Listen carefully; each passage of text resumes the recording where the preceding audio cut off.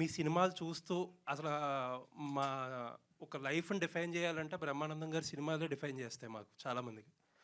అలాంటిది ఎందుకు మీరు చాలా సెలెక్టివ్ అయిపోయారు ఈ మధ్యన సినిమాల్లో? అంటే ఇక్కడ గమ్మత్తు ఏంటంటే అండి, కొంచెం 2 అడుగులు లోపలికెళ్ళి చెప్పాల్సిన కొంచెం డెప్త్‌లోకి వెళ్ళాల్సిన మాట. మనకొక అందమైన షాండీర్ లాంటి ఇమేజ్ ఉంది. బ్రహ్మానందం వాడు కనపడవాడు ఇప్పుడు మీరు చెప్పారే. దాన్ని రోజు ఆ షాండీర్ జాగ్రత్తగా మనం తుడుచుకుంటూ, దాన్ని పాలిష్ చేసుకుంటూ, అందంగా దాన్ని చూసుకుని చాలా బాగుంది అనుకోవటం వేరు. అదే పిచ్చి పిచ్చిగా దాన్ని అలా వదిలేసుకుంటూ వెళ్ళిపోయాం అనుకోండి, బూజు పెట్టిపోద్ది. దాంతో ఇంతకుముందు బాగుండేదిరా బ్రహ్మాండం కామెడీ, ఈ మధ్య చేస్తున్నాడు కానీ నవ్వు రావట్లా అనే ఇంతకుముందు పూర్వ చరిత్రలో కొంతమంది కమెడియన్స్ దగ్గర మనం విన్నాం అన్నమాట. ఎంత చేసినా ఎక్కడో ఓ చోట ఇంకా వెతుకుతున్నప్పుడు మోర్ ఓవర్ ఏజ్, మన ఏజ్ మనకు తెలియాలి. నేను తలకి రంగేశాను, లేకపోతే నా పరిస్థితి ఎలా ఉండేది తెలుసా? అది ఆయన ఎవరో వెళ్ళిపోయాడా?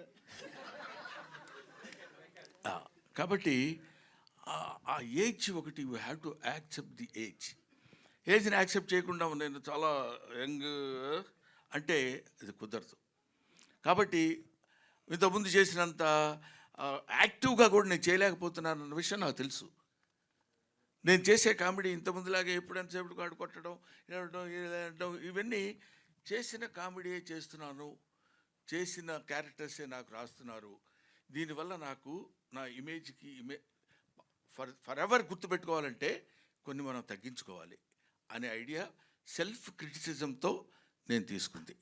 అంతేగానండి నాకు సినిమాల్లో నేను వేషాలు వేస్తామంటే వేషాలు లేక కాదు, వేషాలు ఇవ్వక కాదు, మనం చెయ్యలేక కాదు, చేసినదే ఎంత జాగ్రత్తగా చేసినా కూడా దొరికిపోకుండా ఉండాలంటే అదే నా లైన్లో వస్తున్నాడని ఇందాక ఊరికే సరదాగా అనలేదు నేను వెన్నెల కిషోర్కి హీరో వేషాలు వచ్చినా ఇంకేమైనా వచ్చినా ఇక్కడ ఇది మనం చేస్తే లాభం లేదు, వద్దు అనుకుని తన లైన్ తను చూసేసుకుని వెళ్ళిపోవటం.